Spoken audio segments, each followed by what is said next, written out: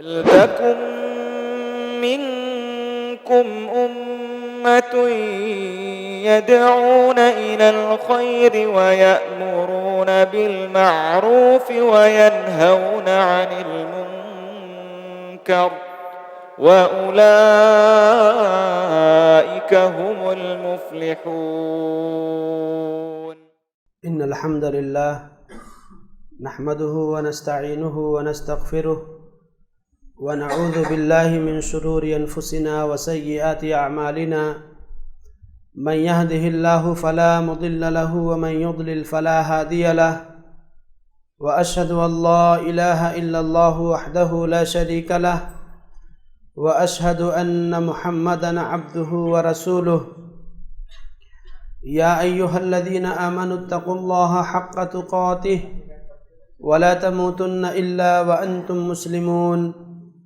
يا أيها الناس اتقوا ربكم الذي خلقكم من نفس واحدة وخلق منها زوجها وبث منهما رجالا كثيرا ونساء واتقوا الله الذي تساءلون به والأرحام إن الله كان عليكم رقيبا. يا أيها الذين آمنوا اتقوا الله وقولوا قولا سديدا يصلح لكم أعمالكم ويغفر لكم ذنوبكم ومن يطع الله ورسوله فقد فاز فوزا عظيما.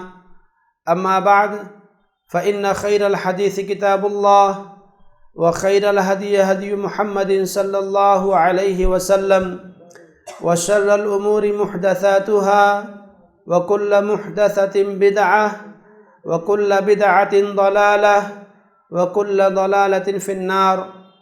فأعوذ بالله السميع العليم من الشيطان الرجيم من همزه ونفخه ونفثه. بسم الله الرحمن الرحيم.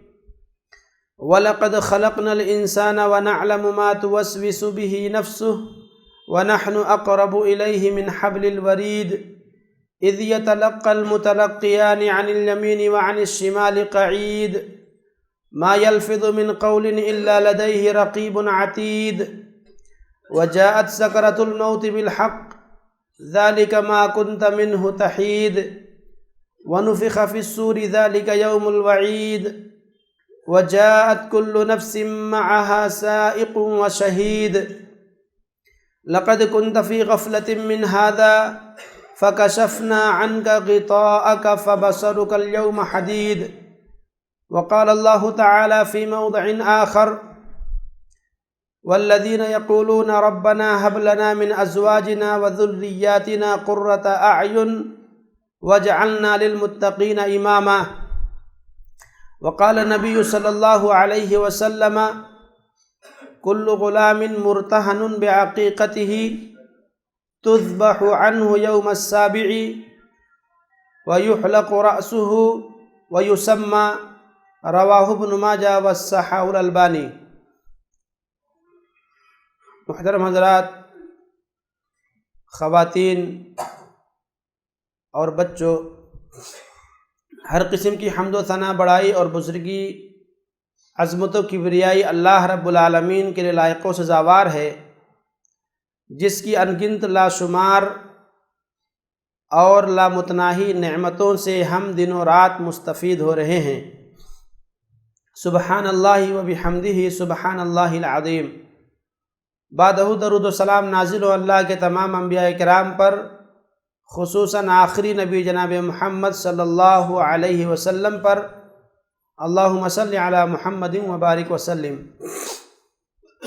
محترم حضرات، جس طرح سے اولاد کے ذمے والدین کے حوالے سے بہت سارے حقوق ہیں، اسی طرح والدین پر بھی اولاد کے حوالے سے شریعت نے کچھ حقوق بتلائے ہیں، جن کی رعایت کرنا، جن کا خیال رکھنا اور جن کا ادا کرنا والدین پر لازم اور ضروری ہے. پچھلے جمعہ میں آپ کے سامنے تربیت اولاد کے حوالے سے کچھ باتیں میں نے رکھی تھیں. اس جمعہ میں بھی اسی حوالے سے کچھ باتیں آپ کے سامنے رکھنی ہیں۔ دیکھیے، ہمارے یہاں اولاد کی تربیت کے حوالے سے بہت ساری کمیاں اور کوتاہیاں پائی جاتی ہیں۔ ان کمیوں اور کوتاہیوں کو دور کرنے کی ضرورت ہے۔ وہ کمیاں اور کوتاہیاں کیوں ہیں؟ اس کی سب سے بڑی وجہ ہماری لا علمی ہے کہ ہمیں علم نہیں ہے کہ ہم اپنے بچوں کی تربیت کس طرح سے کریں۔ شریعت نے اس حوالے سے کیا تعلیم دی ہے، اس سے اکثر لوگ غافل ہیں۔ اسی وجہ سے ہمارے یہاں اس معاملے میں کوتاہیاں پائی جاتی ہیں۔ اولاد کے حقوق کے حوالے سے بچے کی ولادت کے بعد والدین پر ایک انتہائی اہم حق بنتا ہے، وہ ہے اس کے عقیقے کا اور نام رکھے جانے کا۔ ہمارے سماج میں دینی احکام پر عمل کو ہم نے بہت ہی مشکل بنا لیا ہے، لیکن رسموں کو پورا کرنے کے لیے ہم کسی نہ کسی طرح سے انتظام کر لیتے ہیں۔ اب دیکھیے، عقیقے کا معاملہ ہے، شریعت کا حکم ہے کہ اگر کسی کے یہاں بچے کی ولادت ہوتی ہے، لڑکا ہے، تو 7ویں دن اس کی طرف سے عقیقہ کیا جائے، 2 جانور 2 بکرے اس کی طرف سے ذبح کیے جائیں۔ لیکن ہمارے یہاں کیا ہوتا ہے کہ پیدائش کے بعد ہم مٹھائیاں تقسیم کریں گے، محلے میں، رشتہ داروں میں، جان پہچان والوں میں، لیکن جب بات آتی ہے عقیقے کی تو آدمی رونے لگتا ہے کہ ہمارے پاس استطاعت ہی نہیں ہے۔ یہ ہمارے سماج کا حال ہے، اور اس سے ہم سب بخوبی واقف ہیں کہ جو اصل کام کرنے کا ہے، یعنی بچے کا عقیقہ جو اصل کام ہے، ہم اس چیز کو پینڈنگ میں کر دیتے ہیں، مؤخر کر دیتے ہیں، اور جو اصل کام نہیں ہے وہ کرنے لگتے ہیں۔ مٹھائیاں تقسیم کرتے ہیں، 5,000 10,000 کا آدمی جو ہے کہ مٹھائیاں تقسیم کر دیتا ہے، لیکن اگر عقیقے کی بات آتی ہے تو آدمی رونا شروع کر دیتا ہے کہ بھائی ہمارے پاس استطاعت ہی نہیں ہے، اتنا پیسہ ہی نہیں ہے، مندی چل رہی ہے، دھندا خراب چل رہا ہے، نہیں کر پائیں گے، بعد میں کریں گے۔ وہ انتظار کیا کرتے ہیں کہ 2 ہو جائیں گے تب کریں گے، ایک ساتھ سستا پڑ جائے گا، یا کہیں آگے شادی ہے 1 آدھ مہینے میں تو وہاں کر دیں گے۔ آپ یاد رکھیں، یہ سارے حیلے اور یہ سارے بہانے شرعی اعتبار سے بالکل درست نہیں ہیں۔ شریعت کا حکم ہے کل غلام مرتہن بعقیقتہ، ہر بچہ اپنے عقیقے کے عوض گروی ہے، گروی رکھا ہوا ہے۔ اس کا کیا مطلب ہے؟ علماء نے 2 باتیں بیان کی۔ کہا اس کا مطلب یہ ہے کہ والدین بچے سے اس وقت تک نفع اٹھانے کے حقدار نہیں ہیں جب تک کہ بچے کا عقیقہ نہ کر دیں۔ یعنی اگر والدین نے بچے کا عقیقہ نہیں کیا ہے تو انہیں اس بات کا کوئی حق نہیں ہے کہ بچے سے کوئی فائدہ اٹھائیں۔ دوسری بات یہ کہی گئی کہ اس کا مطلب یہ ہے کہ والدین بچوں کی شفاعت کے حقدار نہیں ہوں گے اگر وہ بچوں کا عقیقہ نہیں کرتے ہیں۔ ہم اور آپ انتہائی آسانی کے ساتھ شریعت کے اس حکم کو نظر انداز کر دیتے ہیں اور ہیلے بہانے پیش کرتے ہیں کہ ابھی ہمارے پاس پریشانی ہے، ابھی اتنی وسعت نہیں ہے کہ ہم کر سکیں۔ دیکھیے، شریعت نے گنجائش رکھی ہے، لیکن ہم نے اپنے اوپر بہت سارا بوجھ لاد لیا ہے۔ اگر شرعی اعتبار سے آپ عقیقہ کریں تو 2 بکرا لا کر کے ذبح کر دیں، یہی شریعت کا حکم ہے بس۔ اس کے بعد اس کو بنوا کر کے کھلانا یہ شریعت کا حکم نہیں ہے۔ شریعت نے یہ نہیں کہا کہ آپ خوب بہت پورے مارکیٹ والوں کو بلا کر کے پھر پورا فنکشن کریں، اس کے لیے انتظام کریں، لاکھوں لاکھ روپیہ خرچ کریں، یہ نہیں چاہیے، یہ شریعت کا مطلوب نہیں ہے۔ شریعت کو اتنا مطلوب ہے کہ آپ بچے کی طرف سے اگر لڑکا ہے تو 2 بکرا ذبح کریں، اور اگر لڑکی ہے تو 1 بکرا ذبح کریں، بس اتنا کافی ہے۔ اب اس کے بعد معاملہ بچتا ہے کہ اس گوشت کو کیا کریں۔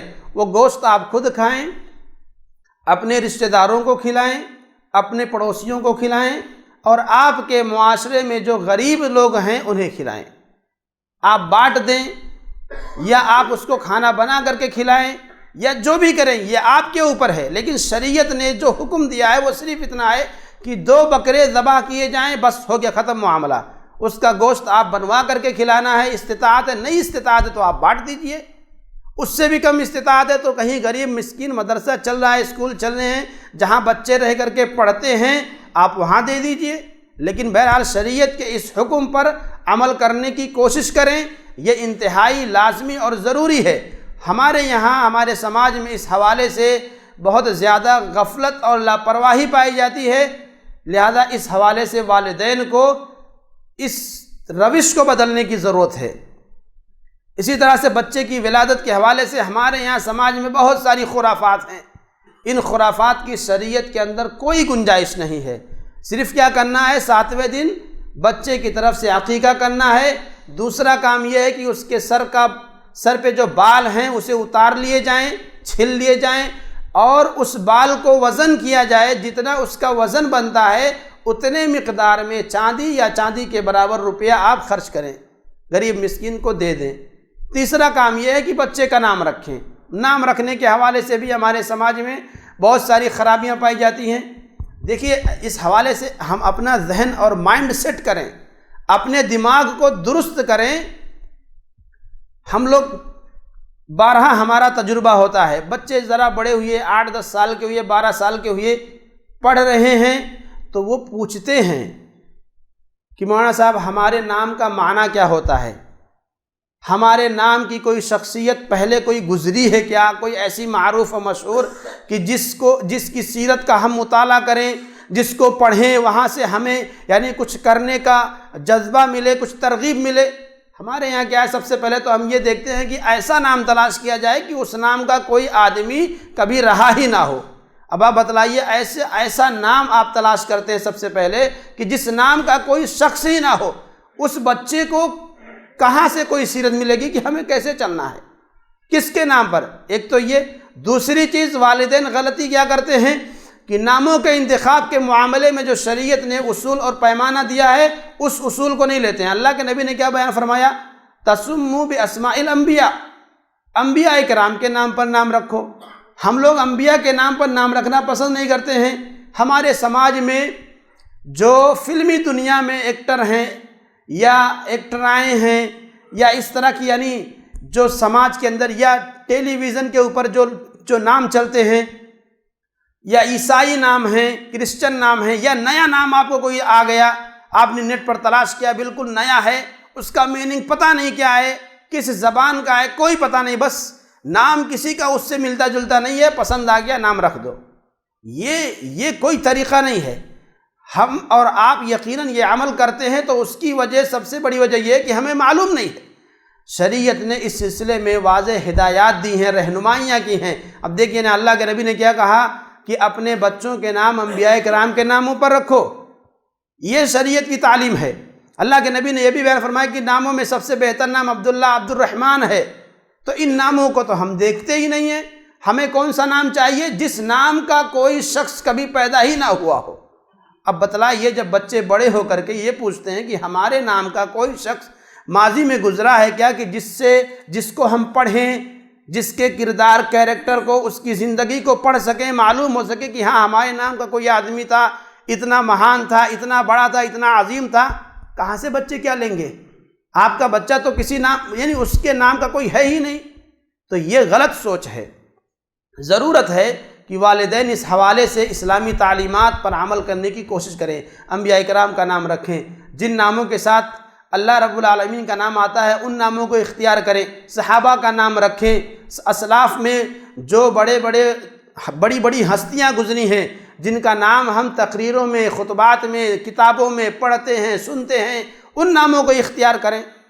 ہمارے یہاں کیا ہے، اس نام کا آدمی ہمارے خاندان میں ہے اس لیے اس نام کا ہمیں نہیں چلے گا، وہ فلانے کے بچے کا نام ہے، وہ اس کے بچے کا نام ہے، وہ اس کے بچے کا نام ہے۔ اور سلف میں معاملہ یہ تھا کہ ایک ہی باپ اور اس کے 2 بچے اور ایک ہی نام کے، عبداللہ اصغر، عبداللہ اکبر، فرق کرنے کے لیے اصغر اور اکبر یعنی چھوٹا اور بڑا، کبرا اور صغرا، لڑکی ہے تو کبرا اور سغرا کر دیا کہ یہ چھوٹی اسما، یہ بڑی اسما، ایک ہی نام۔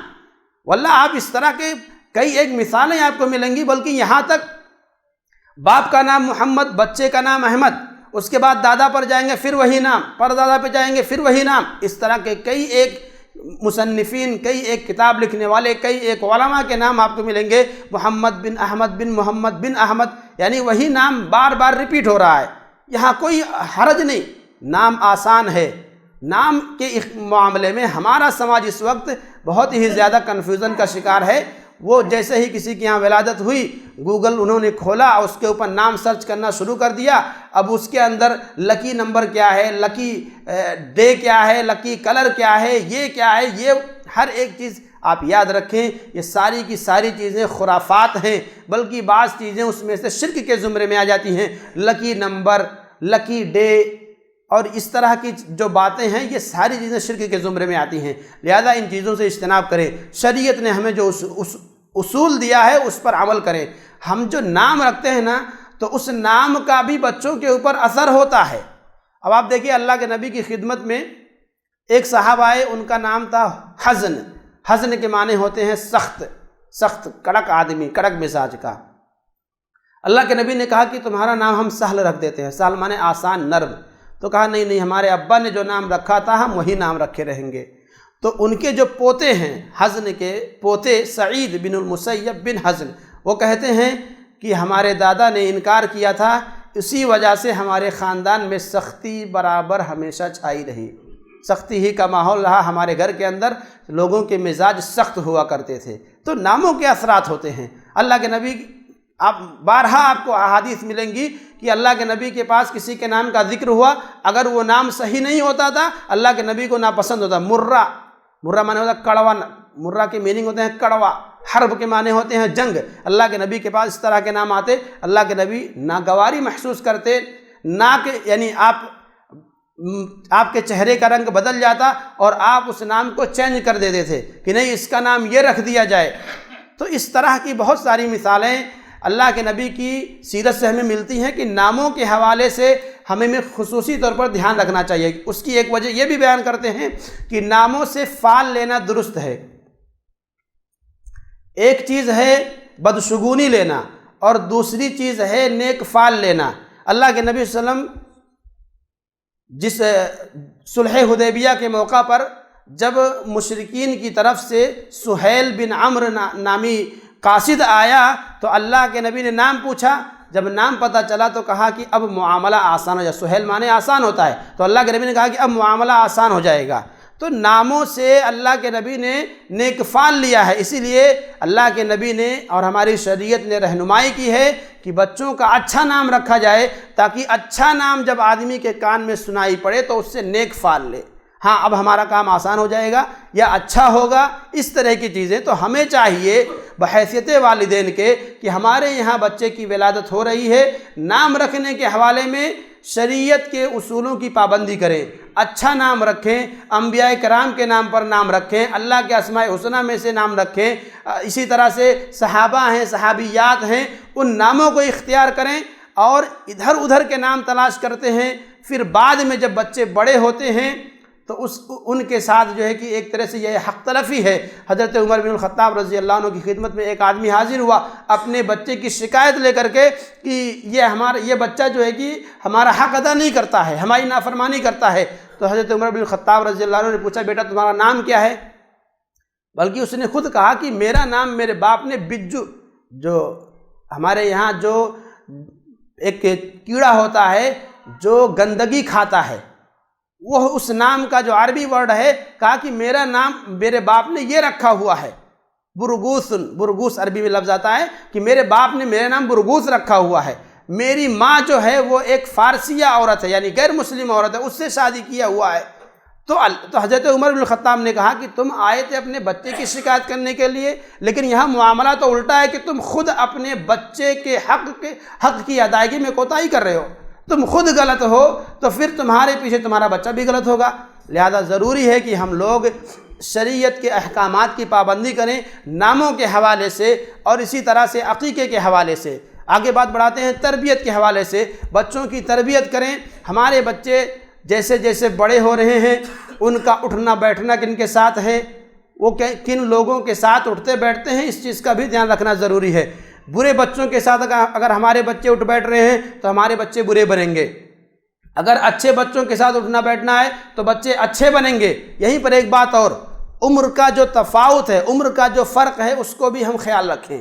اگر ہمارا بچہ 5 سال کا ہے اور وہ 10 سال 12 سال کے بچوں کے ساتھ بیٹھے گا اٹھے گا تو یقیناً بچہ بگڑے گا، 100% ہے کہ وہ بچہ بگڑے گا، اس لیے کہ 5 سال کے بچے کی ذہن اور اس کی کھیل کود، اس کی جذبات، اس کی سمجھداری الگ ہے، اور 10-12 سال کے بچے کے جذبات اور اس کی سمجھداری الگ ہے۔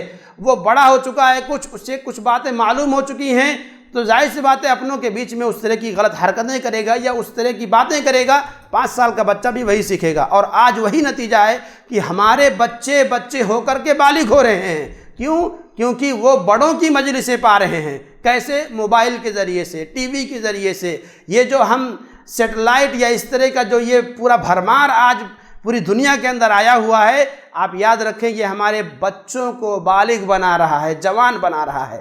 آپ دیکھیں نا، چھوٹے چھوٹے بچے ہیں، چھوٹی چھوٹی بچیاں ہیں، موبائل کے اندر وہ کچھ بھی دیکھ رہی ہیں، بڑی عورتوں کی تصویریں یا ان کی جو بھی میک اپ ہے یا کیا ہے، جو بھی چیزیں ہیں ان چیزوں کو دیکھ رہی ہیں، ان کے پہناوے دیکھ رہی ہیں، ان کے لباس پر نظر پڑ رہی ہے، کیا ہے، کیسے ہے، جسمانی ساخت کیا ہے، ساری چیزیں سامنے آ رہی ہیں۔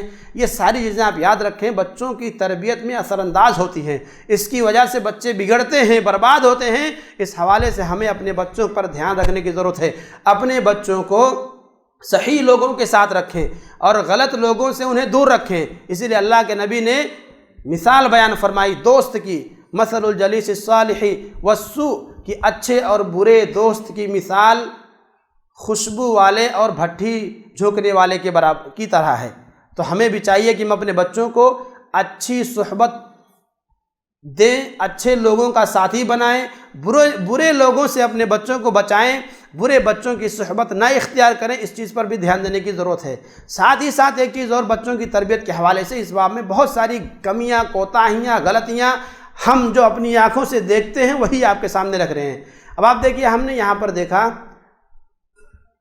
8-10 سال کا بچہ ہے، 15-20 سال کے بچے ہیں، اور بیٹھ کر کے ہنسی مذاق کر رہے ہیں، اس کو گالی دینا سکھا رہے ہیں، بیٹا یہ بولو، کیسے گالی دیتا ہے تو، کیسے گالی دیتا ہے، کیسے گالی دیتا ہے، یعنی وہ سکھا رہے ہیں، اس کو بتا رہے ہیں۔ اب آپ بتلائیے، اگر ہم اپنے چھوٹے بچوں کو بڑے بچوں کے ساتھ رکھیں گے تو کیا نتیجہ نکلے گا؟ وہ چھوٹے بچے گالی سیکھ کر کے آئیں گے۔ لہذا ضروری ہے کہ ہم اپنے بچوں کی نگرانی کریں، وہ کن کے ساتھ اٹھتے بیٹھتے ہیں، کن کے ساتھ آتے جاتے ہیں، کن کے ساتھ ان کا کھیلنا ہے، ان ساری چیزوں پر نگرانی بہت ضروری ہے۔ اسی طرح سے آپ دیکھیے، ہمارے بڑے، جوان، بوڑھے، ادھیڑ عمر والے افراد بھی بچوں کی تربیت میں یا ان کے بگاڑ میں اپنا کردار ادا کرتے ہیں۔ چھوٹا بچہ ہے، اس کو کسی چیز کی تمیز نہیں ہے، اس کو سکھانے کی ضرورت ہے، لیکن ہم اسے بگاڑ رہے ہیں۔ ہم نے اپنی آنکھوں سے دیکھا بھائی، یعنی اسے گالی سکھاتے ہیں، اس کے سامنے گالی بکتے ہیں، اس کی ماں کو لے کر کے طعنہ ماریں گے، اس کے باپ کو لے کر کے، اس کی بہن کو لے کر کے، یہ ساری چیزیں کیا ہیں؟ یقیناً اس کی وجہ سے بچے برباد ہوتے ہیں۔ کوئی اچھی چیز نہیں سکھا رہے ہیں آپ بچوں کو برباد کر رہے ہیں۔ لہذا خدا را اگر اس طرح کی ذہنیت آپ کی ہے اور اس طرح سے آپ کو یعنی سمجھتے ہیں لوگ کہ مزہ آ رہا ہے، یہ مزہ نہیں ہے، یہ مزہ نہیں ہے، بلکہ یہ بچوں کو برباد کرنا ہے۔ لہذا خدا را اپنی ذہنیت کو بدلیں، بچوں کو اچھا طریقہ سکھائیں۔ گالیاں دینے کا فیشن ہم واللہ کہتے ہیں کہ اتنا عام ہوتا جا رہا ہے، جہاں دیکھو کوئی بزرگ ہے 40 سالہ 45 سالہ آدمی اور وہ بچوں کو گالی دینا سکھا رہا ہے، اس کو گالی دے رہا ہے، اس کے سامنے ایسے گالی دیا جاتا ہے اور وہ بچہ بھی اسی طرح سے بولتا ہے اور یہ آدمی ہنستا ہے کہ دیکھو کیسے گالی دے رہا ہے۔ آپ یاد رکھیں یہ ساری چیزیں انتہائی غلط ہے، اس چیز سے شریعت نے ہمیں منع کیا ہے۔ بچوں کی تربیت کریں، انہیں گالی دینا نہ سکھائیں بلکہ انہیں گالی دینے سے روکیں، گالی دینے سے روکیں، اس لیے کہ گالی دینا بات میں یہ منافقوں کی پہچان ہے۔ لہذا ہمیں اپنے بچوں کو اس حوالے سے آگاہ کرنے کی ضرورت ہے۔ اسی طرح سے آپ دیکھیے کہ بچوں کی تربیت کے باب میں بچے ہمارے اگر خالی وقت ہے ان کے پاس خالی اوقات ہے، انہیں کچھ نہیں کرنا ہے، چھٹیاں چل رہی ہیں، تو ان اوقات میں اپنے بچوں کی ترتیب کا خیال رکھیں کہ ہمارے بچے کیا کر رہے ہیں۔ اپنے بچوں کی موبائل پر نظر رکھیں۔ اس وقت تو قریب ہر بچے کے پاس موبائل ہے۔ جہاں بچہ 10 سال کا ہوا اس کے ہاتھ میں اس کے باپ نے پکڑا دیا۔ اس وقت تو لاک ڈاؤن کی وجہ سے مجبوریاں بھی ایسی آئیں کہ ہر بچے کے لیے علیحدہ موبائل کا انتظام کرنا پڑا۔ جس کے پاس اللہ نے وسعت دی ہے اس نے انتظام کر لیا، جس کے پاس وسعت نہیں ہے اس نے ایک کی جگہ پر 2 اور 3 کر لیا ہے۔ یعنی جیسے پاس جس کی وسعت ہے ہر ایک نے اس کا انتظام کیا ہے۔ بچوں کے ہاتھوں میں موبائل بآسانی پہنچ رہی ہیں آن لائن تعلیم کے نام پر، لہذا اس حوالے سے والدین کی ذمہ داریاں مزید بڑھ جاتی ہیں کہ وہ اپنے بچوں کی دیکھ بھال کریں۔ ہمارے بچے موبائل میں کیا دیکھ رہے ہیں، کیا سن رہے ہیں، کیا کر رہے ہیں، ان چیزوں کا دھیان رکھنا والدین کے اوپر انتہائی ضروری ہے۔ اور آپ یاد رکھیں، اگر ہم نے اپنے بچوں کو موبائل پکڑا دیا اور کوئی دیکھ بھال نہیں کر رہے ہیں، کوئی اس کا یعنی کہ محاسبہ نہیں ہے، کوئی چیکنگ نہیں ہے، اور بچے غلطی کر رہے ہیں، غلط راستے پر جا رہے ہیں، تو آپ یاد رکھنا آپ یہ کہہ کر چھٹی نہیں پانے والے ہیں کہ بھائی اس کی ضرورت تھی ہم نے دے دیا وہ بگڑے یا بنے، نہیں۔ آپ کی ذمہ داری ہے کہ آپ اس کی دیکھ بھال کریں۔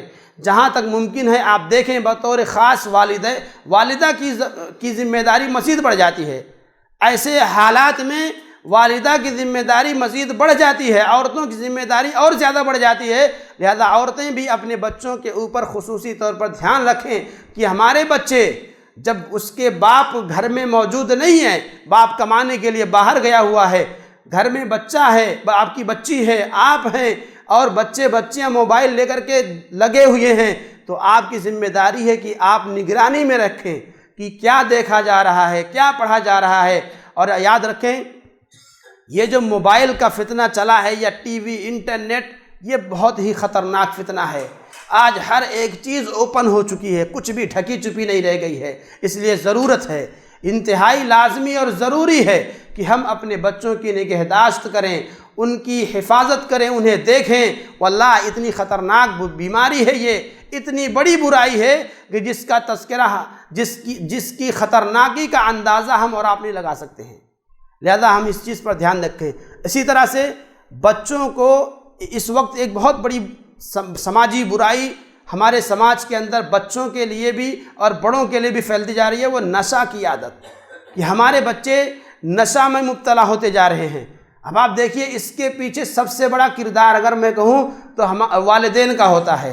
باپ بیڑی پینے والا ہے، سگریٹ پینے والا ہے، تمباکو کھانے والا ہے، اس طرح کی نشہ آور چیزیں استعمال کرتا ہے، پہلے بچے سے منگواتا ہے، اپنا استعمال کرتا ہے۔ بچے دیکھتے ہیں کہ ہمارا باپ پی رہا ہے، کوئی برائی نہیں ہے، ہمارا باپ تمباکو کھا رہا ہے، کوئی برائی نہیں ہے۔ اگر برائی ہوتی تو کیوں کھاتا بھائی؟ جب بچے ہمارے دیکھتے ہیں کہ ہمارا باپ، ہماری ماں، ہمارا دادا یہ ساری چیزیں استعمال کرتا ہے کھلے عام اور اس کو برائی نہیں سمجھتا ہے، تو یقیناً ہمارے بچے ان چیزوں کو دیکھ کر کے ہم سے وہی سیکھتے ہیں اور آگے چل کر کے وہی ہمارے بچے بنتے ہیں۔ اور آج ہمارے سماج، ہمارے بچے اس حوالے سے انتہائی پستی میں جا چکے ہیں، انتہائی پستی میں جا چکے ہیں۔ کتنے ہی بچے نشے کی وجہ سے مر چکے ہیں، نشے کی عادت کی وجہ سے ہلاک یعنی ختم ہو گئے۔ تو میرے بھائیو آپ یاد رکھیں، یہ انتہائی خطرناک برائیاں ہیں، انتہائی خطرناک بیماریاں ہیں اور بری عادتیں ہیں۔ ضرورت ہے کہ ہم اپنے بچوں کی اس حوالے سے نگرانی کریں۔ اس کے لیے سب سے پہلے ضروری یہ ہے کہ والدین ان برائیوں کو چھوڑیں۔ سب سے پہلے ضروری ہے کہ والدین چھوڑیں۔ ہم جب خود برائیوں میں مبتلا ہیں تو اپنے بچوں کو کیسے روکیں گے؟ ہم جب خود بیڑی اور سگریٹ پینے والے ہیں، تمباکو کھانے والے ہیں، تو اپنے بچوں کو ہم کہاں سے روکیں گے؟ اور آپ یاد رکھیں، شریعت کا یہ مسئلہ بالکل واضح رہے کہ تمباکو کھانا، بیڑی پینا، سگریٹ پینا، پان کی شکل میں جو بھی تمباکو آپ کے منہ میں جاتا ہے، یہ ساری کی ساری چیزیں حرام ہیں۔ کوئی عالم کہیں سے بھی کوئی نہیں کہے گا کہ ہاں بھائی یہ چیز حلال ہے، کہیں بھی آپ کو نہیں ملے گا۔ یہ ساری کی ساری چیزیں منشیات اور مخدرات کے ضمن میں آتی ہیں، حرام ہیں، بالکل حرام ہیں۔ کوئی بھی شکل نہیں بنتی ہے کہ آدمی اس کو حلال کہہ سکے۔ آپ کھا رہے ہیں، آپ پی رہے ہیں، یہ یاد رکھیں آپ ایک حرام امر کا ارتکاب کر رہے ہیں، آپ ایک حرام کام کر رہے ہیں اور اس حرام کام کے ذریعے اپنے بچوں کو بھی بگاڑنے کے ذمہ دار بن رہے ہیں۔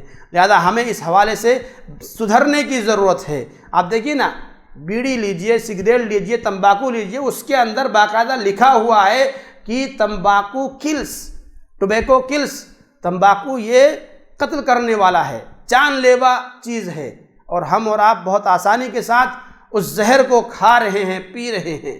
آپ یاد رکھیں یہ انتہائی غلط حرکت ہے۔ اپنے بچوں کی تعلیم و تربیت کے باب میں یہ ہماری بہت بڑی کوتاہی ہے۔ آج والدین بچوں کو دیں گے پیسے، جاؤ بیٹا سگریٹ لے آؤ، جاؤ بیٹا بیڑی لے آؤ، جاؤ بیٹا پان لے آؤ۔ اب آپ بتلائیے بچے کیا بنیں گے، آپ سے کیا سیکھیں گے؟ سگریٹ پینا ہی تو سیکھیں گے کہ سگریٹ چھوڑنا سیکھیں گے؟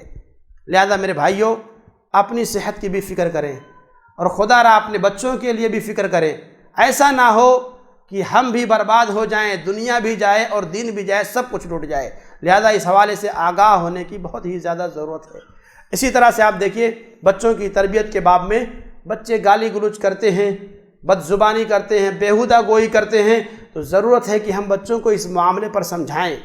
پہلے نمبر پہ تو انہیں سمجھائیں کہ یہ عادت غلط ہے، نہ ماننے پر انہیں ڈانٹیں، اور اگر نہیں مان رہے ہیں، بار بار غلطی کر رہے ہیں، تو پھر انہیں مار بھی سکتے ہیں۔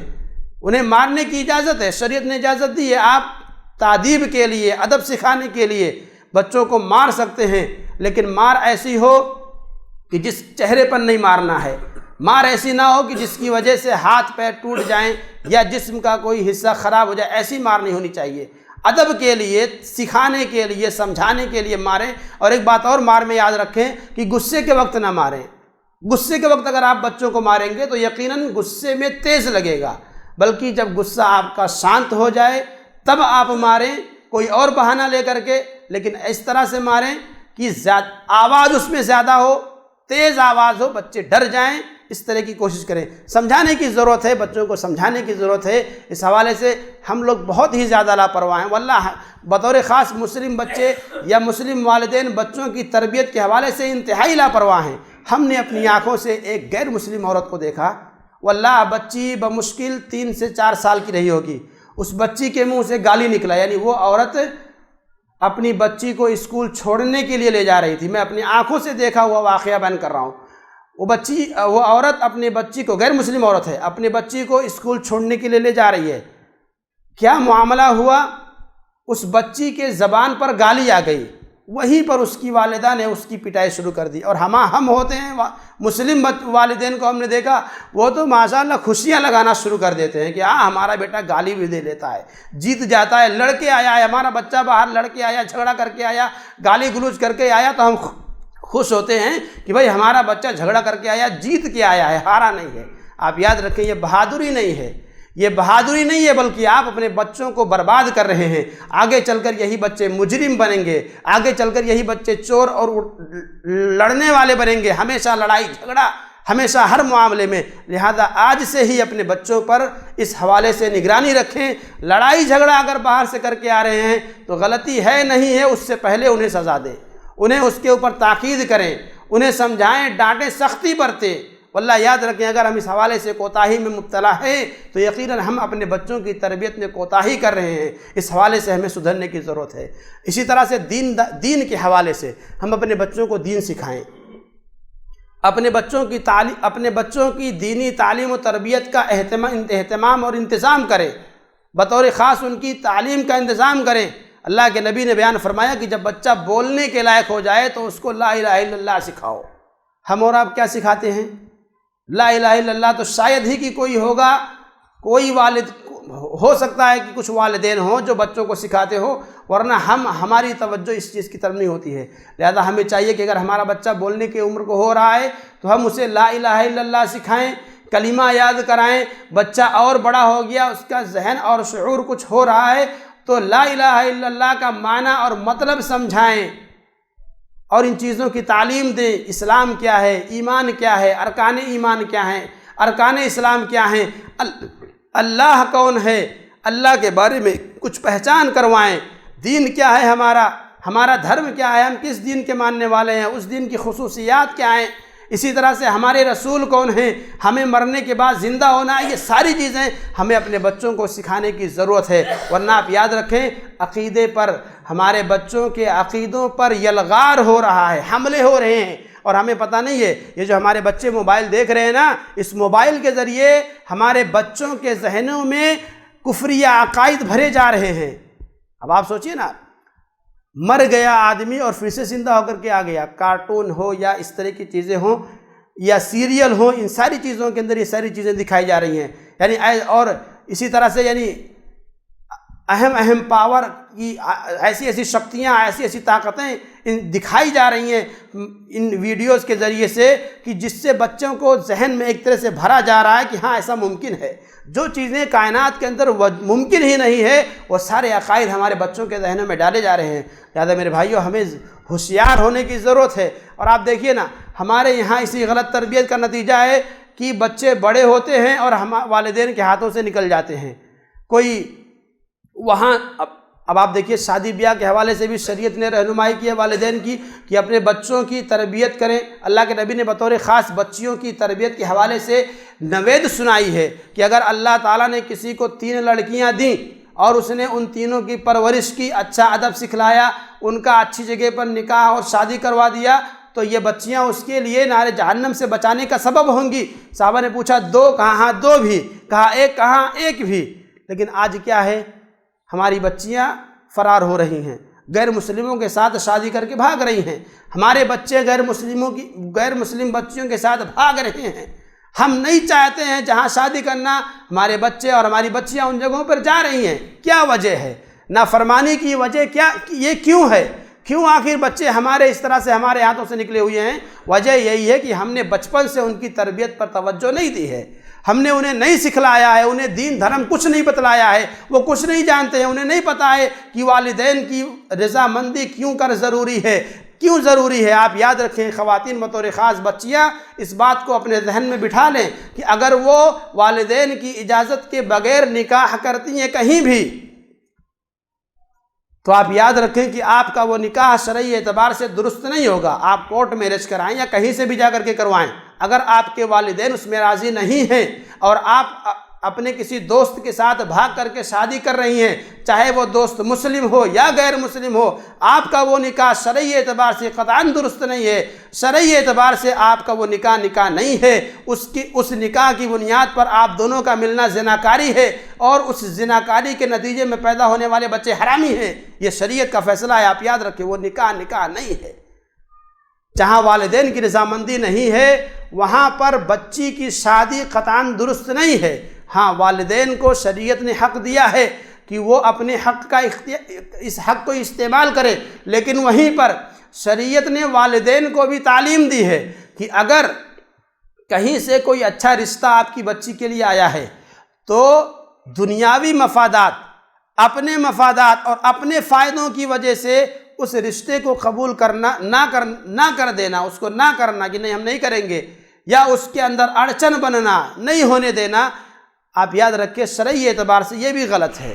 جہاں یہ معاملہ شریعت نے والدین کو اختیار دیا ہے کہ بچی آپ کی اجازت کے بغیر کہیں شادی نہ کرے، یا آپ کی اجازت کے بغیر کی گئی شادی شرعی اعتبار سے درست نہیں ہے، وہیں پر شریعت نے یہ بھی کہا اذا خطب احدکم من ترضون دینہ، جب تم میں سے کسی کے پاس کوئی ایسا آدمی خطبہ دے، پیغام نکاح دے، من ترضون دینہ وخلقہ، کہ جس کا اخلاق صحیح ہے، جس کا دین صحیح ہے، تم پسند کرتے ہو۔ دیکھیں نا، بہت سارے رشتے آتے ہیں کہ ہاں لڑکا ٹھیک ہے، لڑکے کا گھرانہ بھی ٹھیک ہے، دینداری بھی ٹھیک ہے، سب کچھ ٹھیک ہے، لیکن کیا ہوا بھائی؟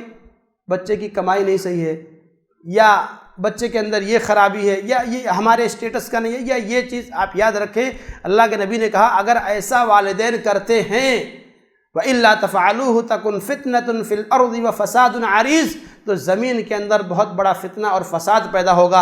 اور آج دیکھیے ہمارے سماج میں اندر یہ فتنہ اور فساد پھیلا ہوا ہے۔ ہمارے بچے ہماری مرضی کے بغیر اپنی مرضی کی اور اپنی پسند کے بچے اور بچیوں کے ساتھ بھاگ رہے ہیں۔ کیوں؟ کیونکہ بچوں کو اور بچیوں کی نکاح کے لیے جو شریعت نے ہمیں تعلیمات دی تھی، ہماری جو ذمہ داری بتلائی تھی، ان ذمہ داریوں کے حوالے سے ہم نے اپنی ذمہ داریاں ادا نہیں کی۔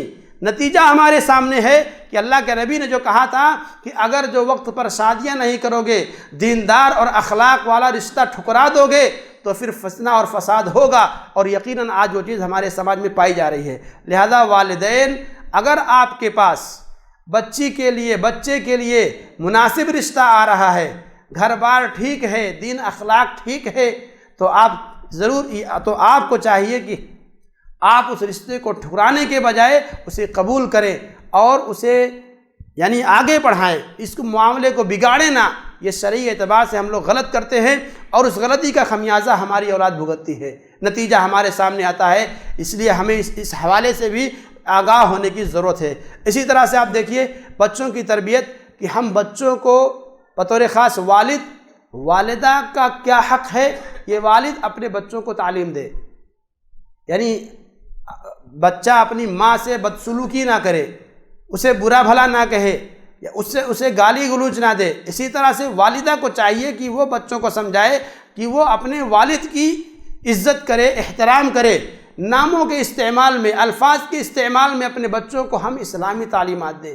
آج دیکھیے نا، ہم نے غیروں کی تہذیب کو اپنایا ہے یا ان کا کلچر اپنایا ہے، تو معاملات کہاں تک پہنچ گئے؟ ابو اور امی سے اٹھ کر کے ڈیڈی اور موم ہوا، اب ڈیڈی کو کیا کہا جاتا ہے؟ ڈیڈ کہہ دیتے ہیں، یا پاپا کو پاپ کہہ دیتے ہیں۔ باپ بتلائیے، پاپ مطلب گناہ ہوتا ہے، ڈیڈ کے معنی ہوتے ہیں مردہ لاش۔ آپ کیا کہنا چاہیں گے؟ مزید آگے بڑھتے ہوئے پاپا پاپی بنتا جا رہا ہے، یعنی اب الفاظ استعمال ہو رہے، پاپی، ہمارا پاپی ہے۔ ہم نے باقاعدہ نہیں، ہم نے اپنے کانوں سے سنا کہ بچی اپنے والد کو پاپی کہہ رہی ہے۔ اب پاپی کے مطلب گنہگار آدمی، بھائی زانی آدمی، گنہگار آدمی۔